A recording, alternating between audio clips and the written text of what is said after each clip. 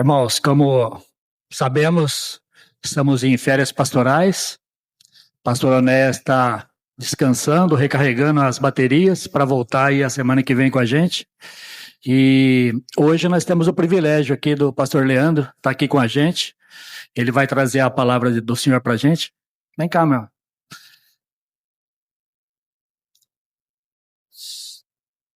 Pastor Leandro, um servo do Senhor aí, está sempre nos ajudando, acho que já é a terceira vez, né? E vem pregar aqui com a gente.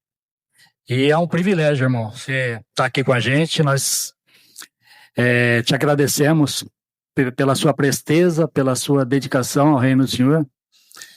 E entregamos na mão do Senhor a sua vida, a sua família, que Ele venha te abençoar cada vez mais, né? E que você continue sempre sendo esse servo fiel, como tem se mostrado e dedicado ao Senhor. Vamos orar? Senhor nosso Deus, nós te agradecemos pela vida do pastor Leandro, Pai.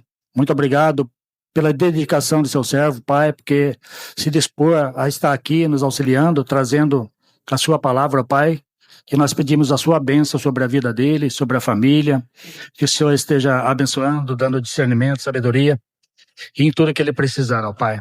É no nome do Senhor Jesus que nós oramos. Amém. Amém.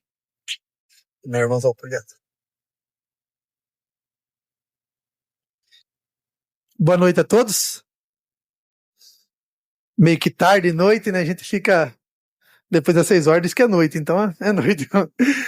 Mas para nós é um privilégio estar com vocês novamente.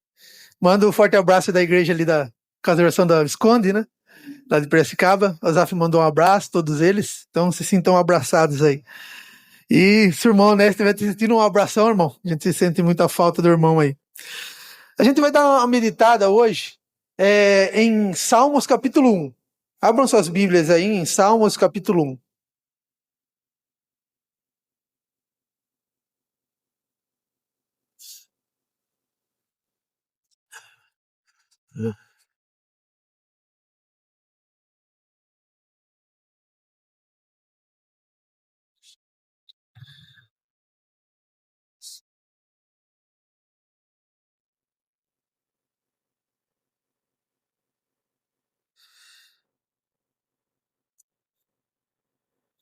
A gente vai ler, então, Salmos capítulo 1, do versículo 1 ao 6. Só deixem separados aí e a gente vai pensar um pouquinho depois aqui neles. Você já parou para pensar que... Não sei, quem daqui aqui foi criado numa igreja? Você, nasceu num lar cristão, vamos pôr assim. Alguém aqui já, desde criancinha, é cristão? Os irmãos ali, os irmãos, o Alan também. Uma das primeiras coisas que, como eu também fui criado num lar cristão, meu pai sempre foi cristão, desde que também era criança, ele se converteu ao Senhor e já fazia parte também de um lar cristão. Uma das primeiras coisas que a gente aprende quando criança, quando a gente nasce num lar cristão, é a importância da palavra de Deus. Porque tem até um corinho, não sei se era cantado nos meios que vocês faziam parte, mas leia a Bíblia e faça oração se quiser crescer. É um corinho bem simplinho que a galera, né? Olha lá, a irmã já sabia até o gesto aí do leia a Bíblia e faça oração. E é um fato de que a gente precisa realmente ler a palavra de Deus, né? E crescimento, leitura, jejum, oração, isso fazem parte de um crescimento pessoal. Mas vocês têm a ideia de quanto a gente passa lendo? Vocês já pararam para pensar que no decorrer da vida suas, quanto tempo vocês calcularam já? Quanto tempo vocês têm livre? Tira o tempo que você está trabalhando, né? Um tempo que você vai lá, trabalha, você não tem como fugir, né? Não tem por onde. É o castigo que a gente recebeu e também um privilégio que a gente tem de servir ao Senhor trabalhando, honrando o patrão ali também. Fora isso, às vezes você tem obrigação com a sua família. Você tem um lar, mesmo que você seja só filho, mas você tem os pais ali para passar com eles, aprender deles, estar junto com eles. Se você é pai, tem que ensinar seus filhos, tem que passar junto. Isso, de certo modo, é obrigação nossa, é um dever nosso como família. Mas pensa nos momentos livres. Nos momentos livres, muitas vezes, muitas horas, a gente passa fazendo o quê? O que mais você gosta de fazer? Se você for como a maioria dos brasileiros, passa vendo internet. Vendo celular, WhatsApp, Facebook, streams e tudo mais. A gente assiste de muito. O que a gente não tem noção é o quanto a gente faz isso. É o quanto a gente perde tempo com essas coisas. Porque é muita coisa, é muita coisa. Eu fiz pesquisando um pouquinho sobre isso, eu fiz um dado, né? Que a própria internet me mostrou. Eu perguntei quanto porcentagem de brasileiros que gostam de ler. Isso não é só ler a Bíblia, ler qualquer livro no comum. Que hoje já tá raro, né? Pessoas que leem, que gostam de ler. A gente consegue passar várias horas assistindo, mas lendo é muito pouco. Do tempo livre que a gente passa 80% na internet e 20% somente fazendo alguma leitura. Isso de um modo geral, do povo brasileiro. Agora pensa, se entre 80% passa na internet, só 20% passam lendo, isso qualquer livro, quantos passam lendo a Bíblia? Qual é a porcentagem do povo de Deus que é conhecido pelo povo da Bíblia? Pelo povo que conhece a palavra de Deus? Pelo povo que ama a palavra de Deus? Quanto é conhecido isso? No passado, o sola escritura, né, na reforma protestante que a gente conhece tão bem, era uma coisa valiosa para todos os reformadores e para todos os outros que passaram antes e pós eles. Porque a Bíblia faz parte de como a gente age no mundo. Qual é a nossa cosmovisão, o que a gente tem que fazer, como a gente aprende de Deus e como a gente tem intimidade com Deus, como que é aquilo que a gente cantou, que a gente adora a Deus por quem Ele é, por toda a sua majestade. Aonde a gente aprende isso? A não ser na palavra dele, que ele se revela a nós pela sua palavra.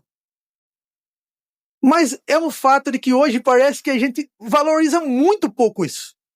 O tempo que a gente passa lendo, estudando a palavra, sendo o povo da palavra de Deus, sendo referência para aqueles que estão de fora, falar assim, viu? Ó, se tem alguém que sabe da palavra de Deus, é aquele homem, aquele cristão ali conhece. Quer saber alguma coisa? Vai lá com ele. Quanto que nós somos referências disso? Nós que crescemos num lar cristão, muitas vezes a gente passa 30, 40 anos e muito pouco se conhece da palavra, sendo que a gente ouviu o corinho. Leia a Bíblia e faça oração se quiser crescer. Mas a gente não passa nisso. Só que os Salmos vêm nos ensinar justamente isso. A importância que a gente tem que dar para a palavra de Deus. E o como ela tem que ser primordial nas nossas vidas. Tem que ser uma decisão a qual a gente fala assim, isso aqui eu não posso viver sem. Todos os dias eu tenho que ler. Todos os dias eu tenho que meditar. Olha o que o Salmos vai falar aí. Olhem comigo aí, Salmos 1, eu estou na NVT, se alguém tem a versão diferente da minha, podem só ouvir, ou se vocês quiserem acompanhar também, não tem problema. Fala assim, feliz é aquele que não segue o conselho dos perversos, não se detém no caminho dos pecadores, nem se junta à roda dos zombadores. Pelo contrário, tem o seu prazer na lei do Senhor e nela medita dia e noite. Ele é como a árvore plantada às margens do rio, que dá seu fruto no tempo certo. Suas folhas nunca murcham, e ele prospera em tudo que faz. O mesmo não acontece com os perversos, são como a palha levada pelo vento. Serão condenados quando vier o juízo. Os pecadores não terão lugar entre os justos, pois o Senhor guarda o caminho dos justos, mas o caminho dos perversos leva à destruição. O primeiro fato aqui é de que se o homem que ele os salmos em geral, eles eram orações e cânticos.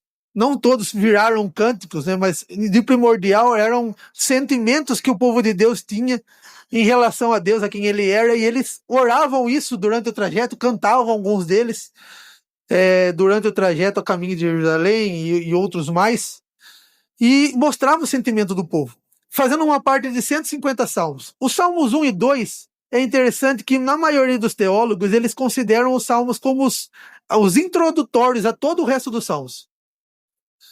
São 5 livros dos salmos, né? Vocês já viram isso, a separação que tem? Na própria Bíblia você vai ver o título lá, livro 1, aí é do capítulo 1 a tanto capítulo. Livro 2, do tanto capítulo a tal capítulo. E aí vocês reparam isso. Eles dividiram isso para facilitar o entendimento de olhar os salmos como salmos de peregrinação, salmos de ramagem e tudo mais. E divide entre alguns salmos de lamentos e alguns salmos de alegria. Dentre todos os salmos 1 e 2, eles são considerados como aqueles introdutórios ao qual todos os outros salmos eles vão ser baseados.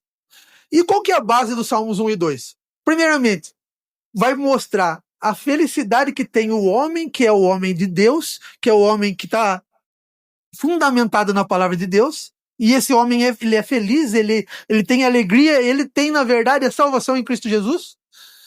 E o perverso, aquele que despreza tudo isso, aquele que não leva em conta o Deus e não leva em conta a sua palavra, não leva em conta nada disso. Eu não quero isso. E aí o segundo Salmos entra, e eu vou comentar o segundo Salmos no final, o porquê que ele é tão relevante para essa introdução aqui depois pra gente. Mas olha o que o primeiro Salmos então vai falar. Vamos ler o primeiro versículo novamente. Feliz é aquele que não segue o conselho dos perversos, não se detém no caminho dos pecadores e nem se junta à roda dos zombadores. A primeira característica do homem feliz, do homem que ama Deus, que quer ter relacionamento com Deus, é o fato de que ele não segue. Algumas traduções pedem, não pede conselho aos perversos. Por que isso? Por que a gente não pode pedir? E aqui não tá relacionado, os perversos não estão relacionados a pessoas ruins. Você não é que você não vai pedir conselho a uma pessoa que, vamos por assim, o cara tá preso. Ou o cara é de má índole. Ou o cara é ruim, seja de qualquer modo for. Não, o perverso aqui é todo aquele que não tem Cristo. Pensem nesse modo como o que está dizendo aqui. Nós não podemos pedir conselho a essas pessoas. Por que o homem feliz não pede conselhos a pessoas do mundo? Mesmo às vezes sendo pessoas boas, mesmo às vezes sendo pessoas que tenham conhecimento às vezes da vida. Porque eles têm uma coisa muito diferente de nós. O que se chama cosmovisão. Alguém já ouviu falar desse termo cosmovisão? Cosmovisão é as lentes com que a gente enxerga o mundo. Em que a gente enxerga o cosmos. Como que a gente enxerga o cosmos? Como que a gente enxerga quem criou tudo isso? Tudo que é feito, por que gera tudo isso? Por que movimenta todas as coisas do jeito que movimenta? Essa é a visão que a gente tem do mundo.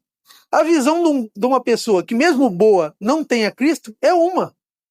A visão daquela pessoa que tenha Cristo e fundamenta a sua palavra, a sua visão na palavra de Deus, ele tem uma cosmovisão bíblica, é outra. Não tem como fugir disso. Vocês querem um exemplo? Vamos parar um pouquinho aqui e pensar. Às vezes, vocês estão num relacionamento, a maioria aqui deve ter casado, assim como eu sou casado também, inclusive o Brian, meu filho, quem não conhece, né? E o outro é meu sobrinho, o Vitor. Minha mulher não conseguiu vir, mas manda um abraço a todos. Ela estava bem cansada, pediu ficar lá e eu deixei ela lá. Mas ela mandou um abraço a todos vocês, queria mesmo estar aí. Um dos conselhos que às vezes a gente pede, a gente está passando um momento ruim no casamento. Acho que todos nós passamos um momento aí. Seja com um namorado também, ou seja com outras situações. E você está numa situação de que você está, vamos lá, você como marido ou você como mulher, você está se esforçando para o casamento dar certo. Vai lá e faz tudo, vai lá, carrega as malas ó, faço isso, limpa a casa. Mesmo quando você está cansado do serviço, você vai lá, lava a louça, deixa tudo prontinho. E na maioria das vezes, o que você ouve? Reclamação em cima de reclamação, em cima de reclamação. Às vezes acontece isso. E isso não estou julgando nem mulheres, nem homens, porque todos nós somos assim. Nós carregamos um problema, que é o pecado. E indiferente se é mulher ou homem, todos nós somos ruins. Então, não há príncipe perfeito e não há princesa também que solucione isso. Né? Senão não havia necessidade de Cristo. E Cristo veio para justamente sanar todas essas coisas. Mas, se você pede um conselho para um amigo seu, do serviço, seja de onde lá, que você admira muito, você fala assim, esse cara aí parece que até leva a vida de casado bonitinho, né? Parece que é mais bem casado que a gente. E você vai perguntar para ele, viu, olha, tô passando por isso aqui. O que você acha? O que eu tenho que fazer? Qual que é a maioria das respostas? Exato, exatamente. Viu? O que tá na moda hoje, se valoriza. Né? Você valorizar um pouquinho, você tá sofrendo aí, você faz tanto pra essa mulher e não merece nada. Dá um chute nela e vai embora. E vai se valorizar. O conselho do mundo é esse, mesmo com pessoas que às vezes não são ruins. Não são pessoas ruins no normal. Às vezes não são pessoas que querem o seu mal ou que fazem mal a outros. Não, são pessoas boas. Mas qual o problema disso? É a cosmovisão. Elas entendem o mundo da maneira com que elas sentem. O que governa elas é o coração. Faça o que o seu coração deseja.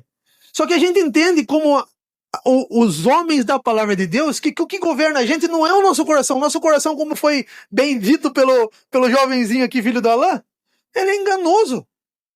Ele é ruim, a gente não consegue ter base para usar ele. O que a gente usa então? É a palavra de Deus. É ela que fundamenta as nossas visões, é ela que governa os nossos pensamentos, é ela que nos dá o guia, que fala, é isso que eu tenho que crer. Independente se eu gosto ou não.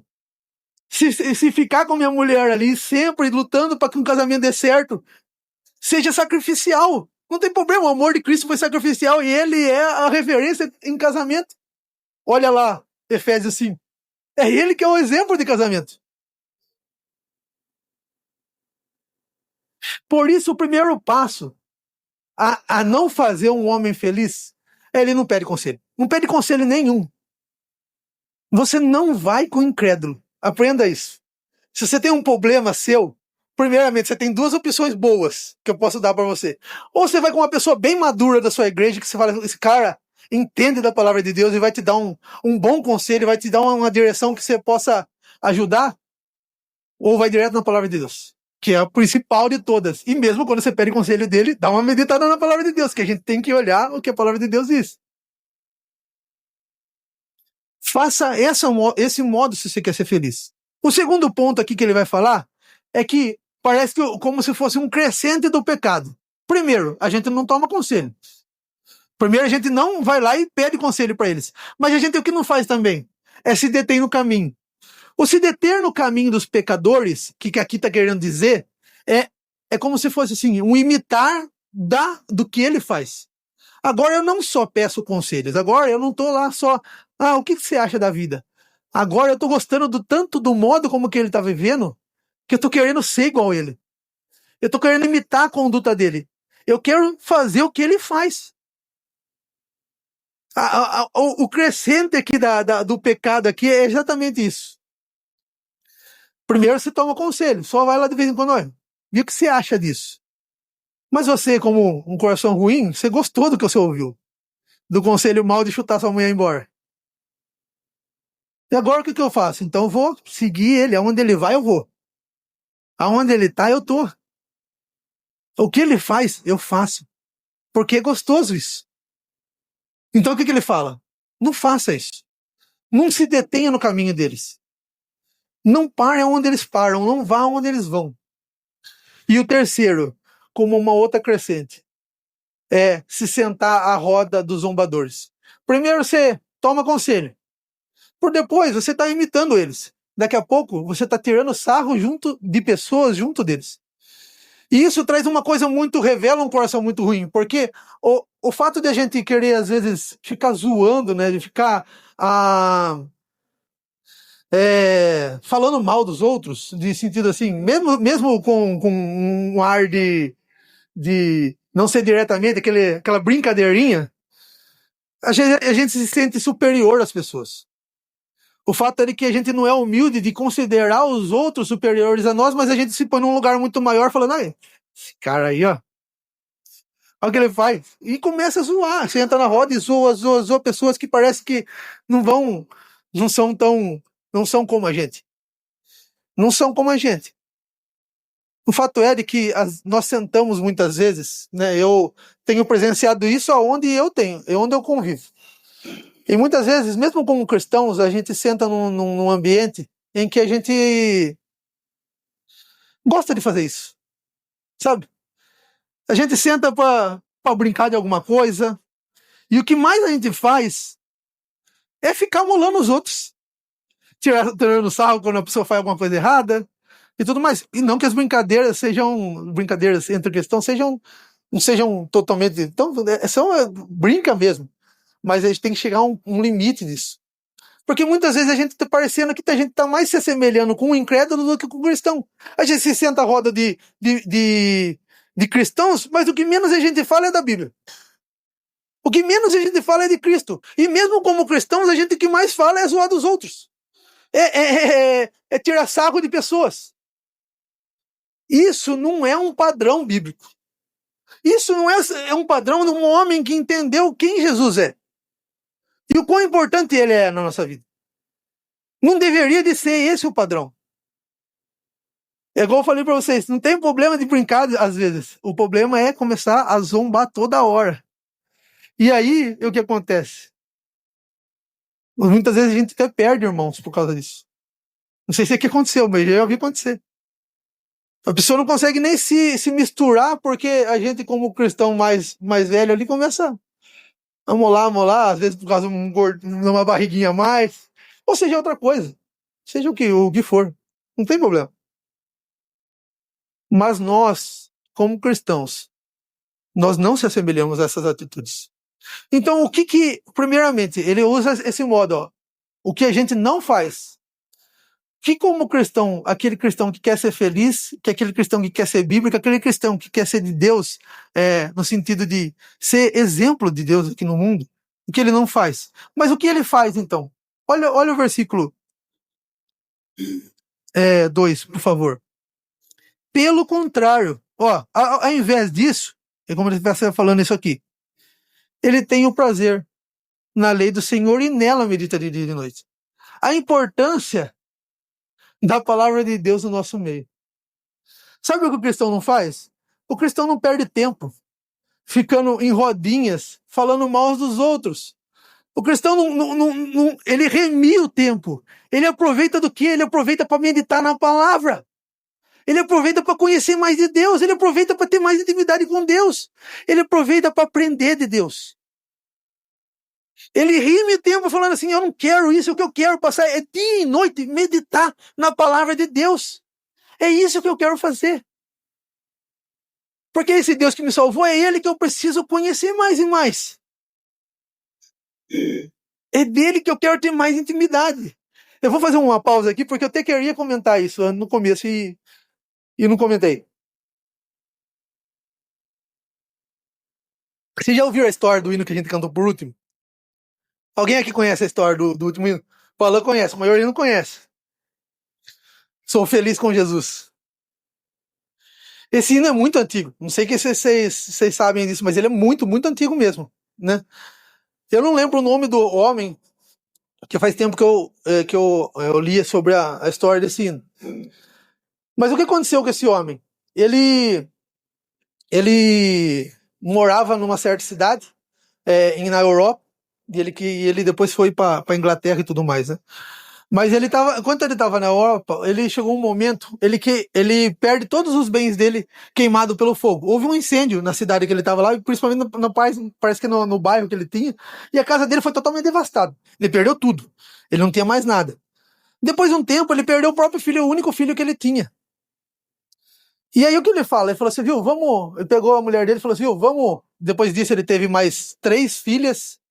E aí ele falou assim, vamos se mudar, vamos para Inglaterra e tudo mais, diante da situação que estava também a cidade que ele morava, de pobreza e tudo mais. E ele falou, vamos para lá. Eles pegam, ela falou assim, vai vocês na frente, eu vou resolver algumas coisas, concernente ao que ele precisava dar fim ali e tudo mais. E ele falou, depois eu vou acompanhar vocês, depois eu vou para lá, vai lá, depois vocês vão, depois eu vou. Elas pegam o navio, a mulher e as 3 filhas. E no trajeto, esse navio afunda. Esse navio afunda e morre as 3 filhas dele. Só sobrou a mulher. E a mulher, quando chega na cidade da Inglaterra ali ao qual ela chega, ela manda uma carta pro seu marido e fala assim, ó, a única coisa que dizia, cheguei bem, porém só. Era isso que ela escreveu. E, logicamente, que o homem logo já entendeu qual o sentido disso. Ele chegou sozinho, como? Ele pega o navio e vai em direção a ela. E quando ele chega, ele tá chegando no local que o outro navio dele, depois ele fica sabendo disso, né, que afundou o navio da mulher dele. O capitão do barco chega aí e fala, é aqui, ó, esse é o local em que afundou o navio da sua mulher. E ali naquele local, ele para, inspirado por Deus, ele escreve a palavra de sino. Sou feliz, muito feliz com Jesus. Seja em provas, apertos ou perseguições, ou nos golpes que dá Satanás. Por Cristo já tenho aprendido a dizer, sou feliz com Jesus, meu Senhor. Como é que a gente consegue ter, esse é o ponto, como é que a gente consegue ter essas verdades tão cravadas no coração nosso? Como é que a gente consegue agir diante de tanta luta e tanto sofrimento como esse homem devia estar? Porque eu não penso em perder um dos meus filhos. Que isso aqui com certeza para mim vai ser terrível demais. Mas o homem perde 3, 4 dos filhos dele depois antes, e perde a casa e tudo mais, e ele consegue dizer as palavras, sou feliz com Jesus, meu Senhor. Mas porque a gente não consegue fundamentar as nossas vidas na palavra de Deus. É a palavra de Deus que governa tudo que somos. É ela que determina como agimos. Uma pessoa que tem intimidade com Deus, ela entende que a vontade de Deus, como o Alain bem pregou no Salmo 127, é acima de tudo a soberania dele que governa. E mesmo quando a gente não entende o porquê acontecem as coisas, a gente entende que Deus está agindo por graça e misericórdia em todos os momentos. E amor dele é revelado, independente se nós sentimos isso. Independente se eu consigo ver isso. Se seja fácil ou não para mim.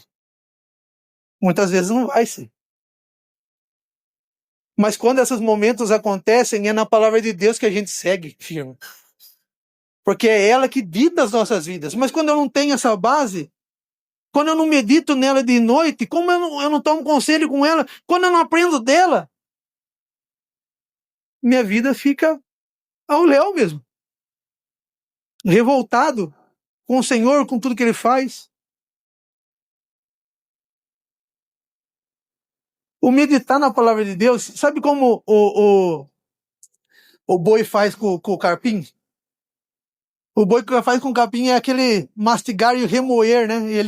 Ele guarda para depois novamente remastigar e comer aquele capim que ele colheu durante o dia, né? Colheu, pastou durante o dia.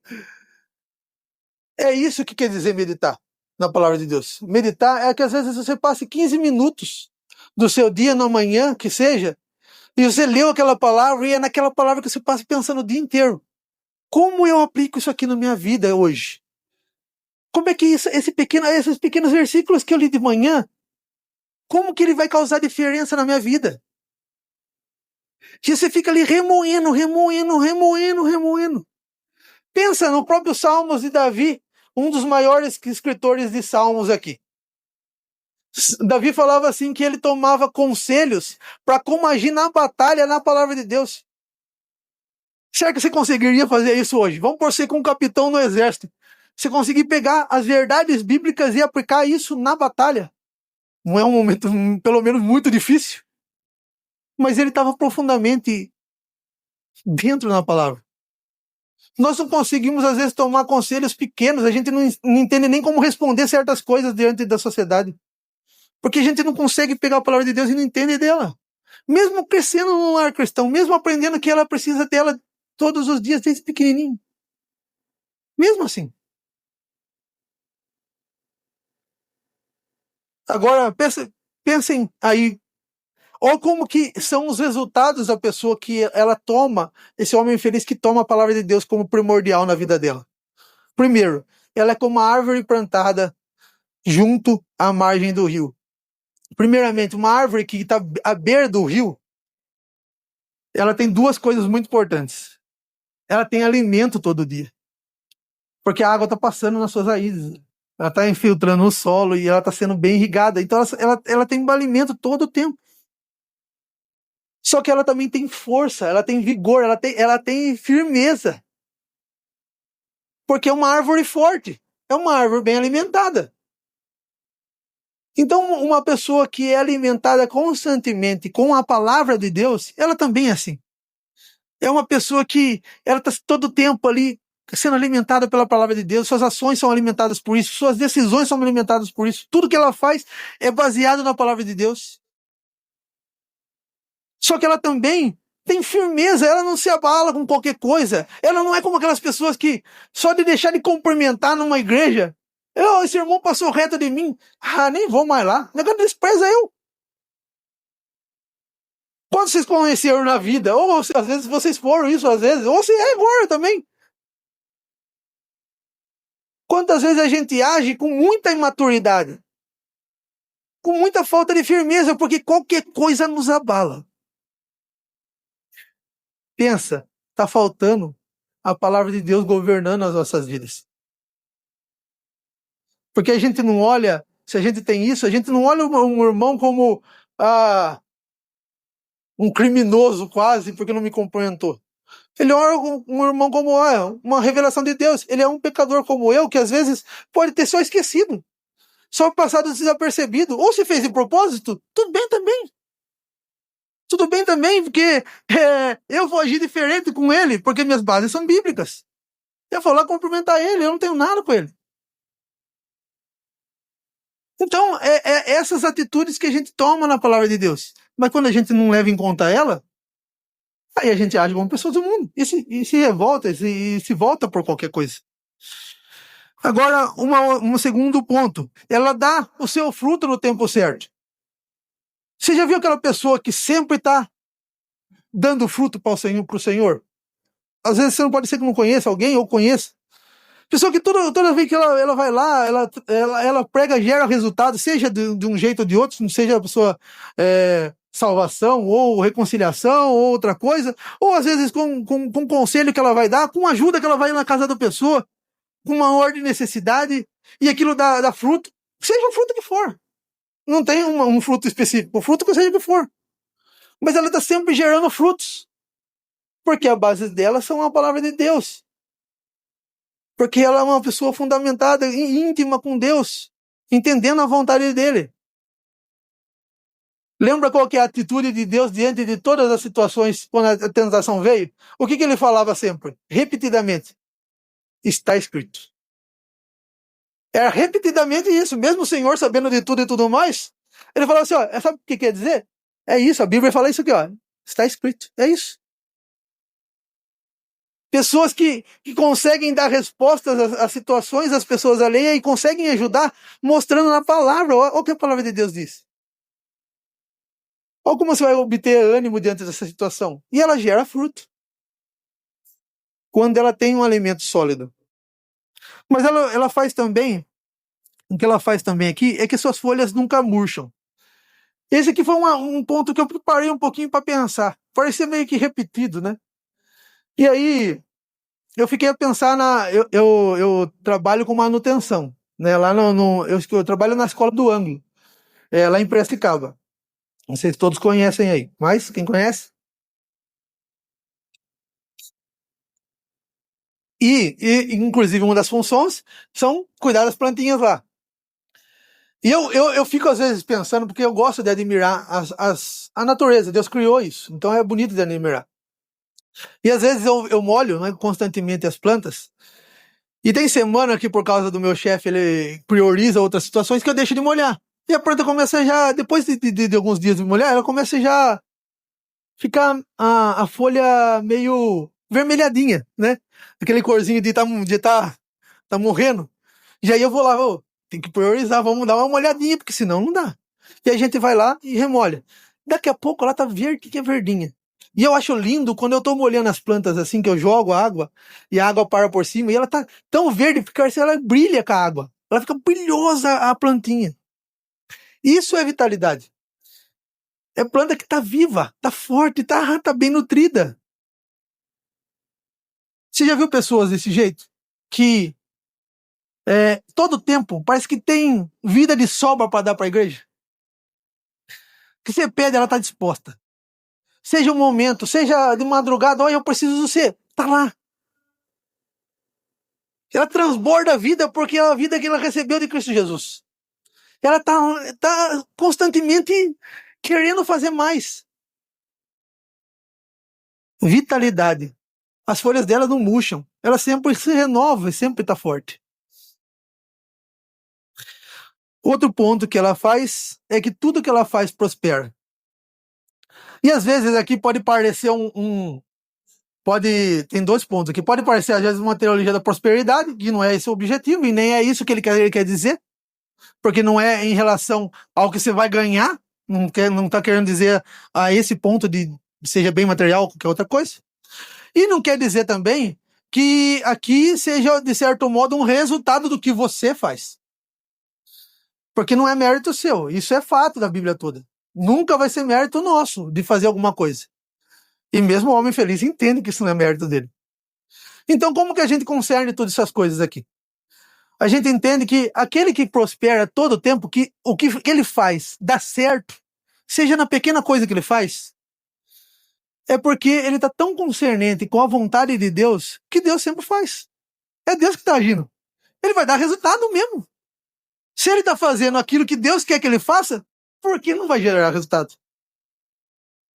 Né? Eu lembrei muito desse trecho aqui, naquela parte que a gente... Tiago 1 vai falar assim, sabe por que vocês não recebem? Porque vocês não pedem. Né? Quando se pedem em oração, vocês vão receber.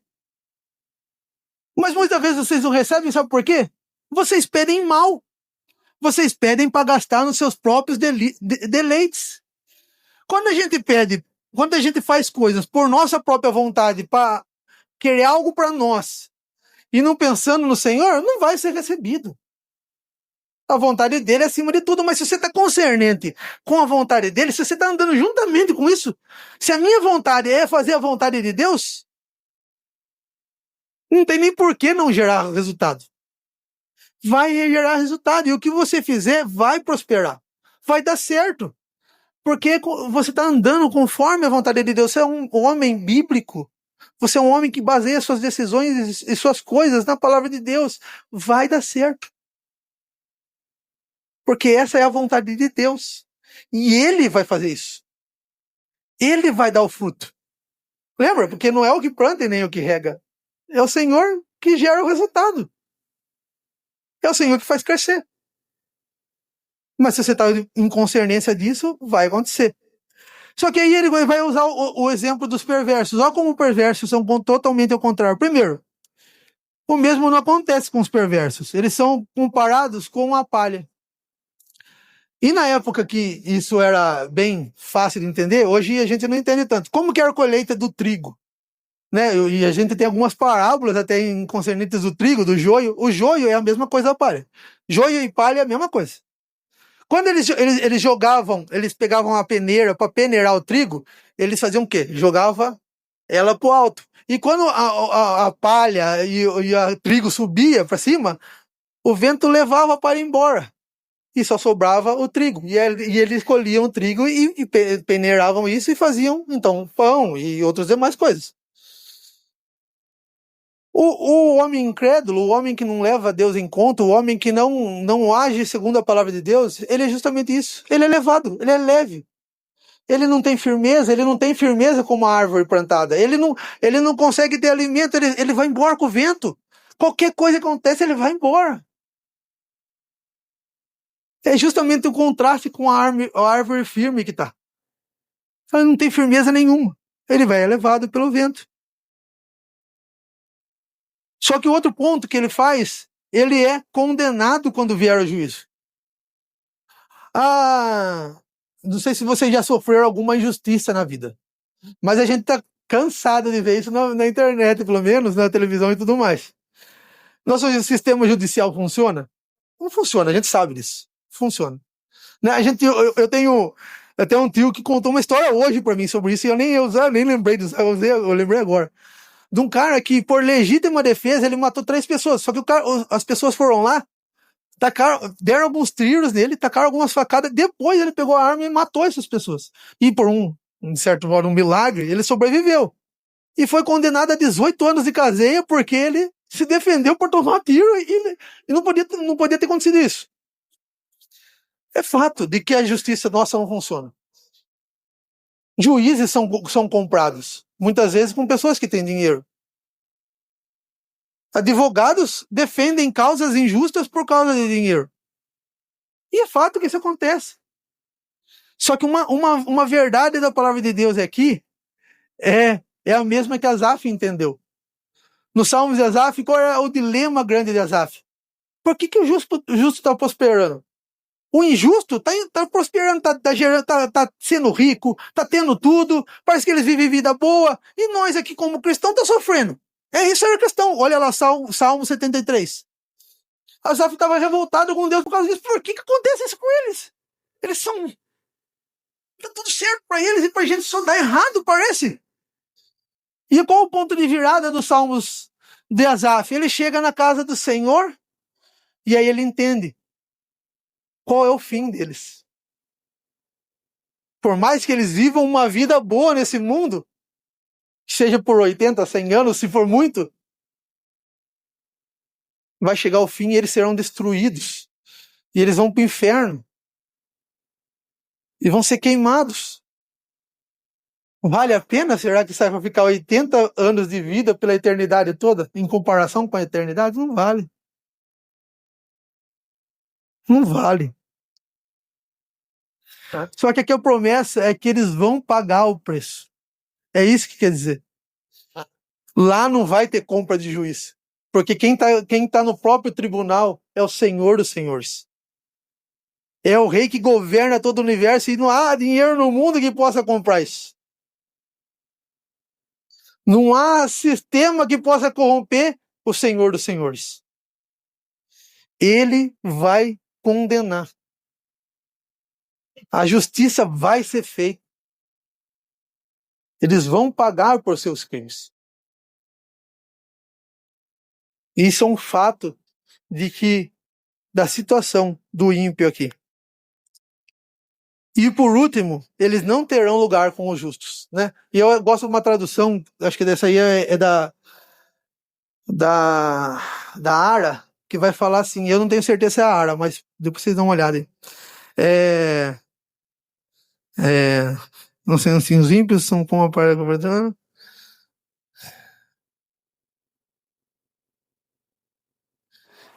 Eles não subsistirão na congregação dos justos. Eles não aguentarão a congregação dos justos. É como se eles dissessem isso. Assim como a gente não consegue, os justos não conseguem se sentar na roda dos escarnecedores, não conseguem ter prazer de fazer isso. Assim também eles não têm prazer de estar junto com a gente. Para eles, estar junto com um povo que fala da palavra de Deus, que leva em conta tudo que Deus diz, isso é incômodo. Mas o ponto aqui é que até no final da vida, eles não vão ter lugar para isso. Nem que eles quisessem, nem que eles queiram, Deus não vai dar lugar para eles. Porque já foi o tempo. No trono branco, o juiz dos juízes não vai achar lugar entre os salvos. É aquele contraste entre viver na roda, tanto todos juntos quanto os escarnecedores. Eles não conseguem viver junto conosco. E isso deveria de ser o fato. Não é que a gente tenha que viver numa bolha sem comunicação com outros. Isso não é uma verdade. Inclusive, a gente tem sim que ter intimidade, tem que conversar com outros, tem que falar de Jesus. Vai falar para Jesus para quem? Só para os justos? Então tem que ir lá. Tem que ir lá. Tem que ir com eles. O que a gente não pode é participar da vida deles. Fazer o que eles fazem, se juntar onde eles se juntam. A gente tem que ser luz. Sabe o que a gente tem que acontecer com a gente? É que quando a gente chega na rodinha e fala assim, lá vem aquele cara de novo. Nossa, sempre a conversa dele é da Bíblia. Ele não é um cara chato, mas ele só fala disso. A pessoa tem que ser influência. Ele tem que influenciar o mundo. Ele não tem que viver como o mundo vive. Ele tem que ser diferente dele. Mesmo vivendo nele. Mesmo participando com pessoas, mesmo amando pessoas. Mesmo estando ali com carinho e amor por eles. O que não pode é ser como eles. Isso não pode. Mas viver junto deles é o nosso dever. O Senhor fala isso, eu não quero que os tire do mundo. Eu quero que eles vivam aqui no mundo. Mas eu quero que eles os livre do mal. Nós somos aqui, a gente faz parte aqui, a gente cria casas aqui, a gente tem que ser influente na sociedade, a gente tem que causar mudança na sociedade que a gente vive. Mas a gente tem que causar mudança. A gente tem que ser o espelho de Cristo na Terra. Agora o último versículo para a gente encerrar. Pois o Senhor guarda o caminho dos justos, mas o caminho dos perversos leva à destruição. Isso é um bálsamo para nós. Porque pode ser que no decorrer da mensagem, assim como eu, assim como creio que todos nós, muitos momentos você pode ter se semelhado com muito mais, às vezes, os incrédulos do que os justos aqui citados. Muitas vezes a gente não consegue ter características do justo de toda hora prosperar no que faz, ou às vezes de estar meditando a palavra de noite, ou ter alguma outra situação. Ou muitas vezes a gente parece que também está caminhando para o lado de, eu sou como zombadores às vezes. Mesmo não querendo isso, mesmo entendendo que não é esse o meu dever. Mas aqui é um bálsamo para a gente. Porque por mais que às vezes a gente não consiga cumprir tudo, é o Senhor que guarda o nosso caminho. É o Senhor que está conosco, é o Senhor que vai nos mudando, é aquele que começou a boa obra em nós, é Ele que vai terminar. É Ele que vai trabalhar em você, em todo o projeto, e você está em projeto, você está encaminhado, você está em mudança constante. Creia nisso, descanse no poder de Deus. Entenda que não é poder seu mudar você. É poder seu tomar a atitude de deixar na mão de Deus fazer isso. Falar, Senhor, faz o que o Senhor quiser da minha vida daqui para frente. E me dê poder, me haja na minha vida para que eu consiga mudar. Porque eu não vou fazer por mim mesmo. Eu não consigo isso. E é verdade isso. Só que é um bálsamo para a gente. Deus está cuidando do nosso caminho. E agora eu quero finalizar justamente mostrando o Salmos 2. O Salmos 2 porque isso que ele quer dizer a introdução de todos os Salmos. Por isso que ele queria dizer, porque por mais que a gente não viva a vida do homem feliz, por mais que a gente não consiga cumprir tudo isso, é o rei que virá, é o rei que veio. Na época era o rei que ia vir. É ele que vai cumprir todas as coisas, é ele que vai governar todas as coisas, e é ele que vai pagar tudo isso, ele vai ser o homem fiel. Ele vai ser. Não é os nossos esforços, não é nós que justificamos a nós mesmos, mas é o Senhor que nos justifica. É o rei que viria. Ele sim cumpriria tudo isso. E hoje ele nos daria poder para viver uma vida nova. Porque o Evangelho é isso. O Evangelho é transformação de almas. O Evangelho é entender o quanto a gente foi alcançado por Deus. Quanto isso transformou, a gente foi transformado num homem morto em delitos e pecados, como foi citado no versículo pela menininha.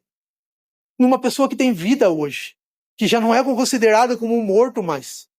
É uma pessoa que tem vida. Mas é a mesma pessoa que tem vida, que vai continuar sendo mantida pelo próprio Senhor. É a própria pessoa que tem vida que vai andar em santidade, porque o Evangelho é isso. O Evangelho é mudança e constante mudança. Todo dia ele vai nos transformando, e glória a Deus por isso. Que seja cada dia menos de nós e mais dele em nossas vidas. Que o Senhor, pela sua muita graça, possa acrescentar a sua palavra em nossos corações e que a gente viva a glória dele. Amém.